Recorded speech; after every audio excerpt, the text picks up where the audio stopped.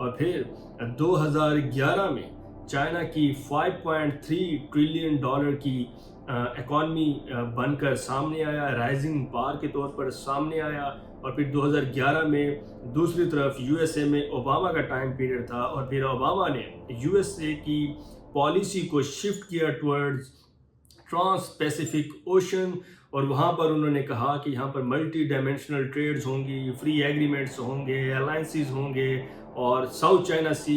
Asia में यहाँ पर चाइना को कंटेन करने के लिए फिर ट्रांस पैसिफिक पार्टनरशिप भी की गई। और फिर 2012 में प्रेसिडेंट जिनपिंग चाइना की सदारत संभालते हैं,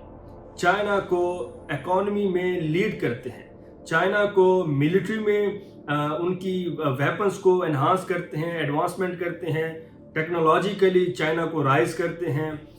मिलिट्री भी अपनी स्ट्रॉन्ग करते हैं, और फिर डिप्लोमेसी को भी इंक्रीज करते हैं, इकोनॉमिक लिबरलिज्म को भी सपोर्ट करते हैं, और चाइना को ऊपर लेकर जाते हैं, चाइना को राइज कराते हैं दुनिया के मुकाबले में। और फिर 2013 में सी पैक होता है, one belt one road initiative होता है। फिर 2015 में यूएसए ने चाइना को साउथ चाइना सी पर वार्न किया, अपोज किया कि हम आपकी फर्दर मिलिटराइजेशन को इस सी में एक्सेप्ट नहीं करेंगे, हम इसको अपोज करते हैं। और फिर 2018 में प्रेसिडेंट ट्रंप का फर्स्ट टेन्योर आता है, और प्रेसिडेंट ट्रंप आते ही चाइना के ऊपर टैरिफ्स लगाते हैं, चाइना के ऊपर सैंक्शंस लगाते हैं, और फिर तकरीबन कोई 2010 तक चाइना और यूएसए का जो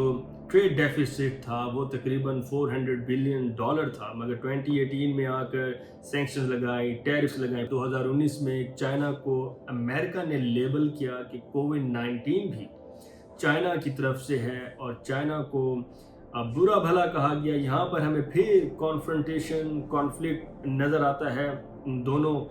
पावर्स के दरमियान। और फिर 2019 के बाद अगर हम देखें कि 2021 तक,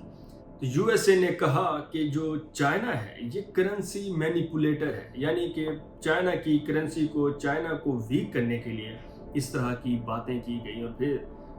ट्रंप की सेकंड टेन्योर, और ट्रंप ने आते फिर चाइना के ऊपर सैंक्शंस लगाए, टैरिफ्स लगाए,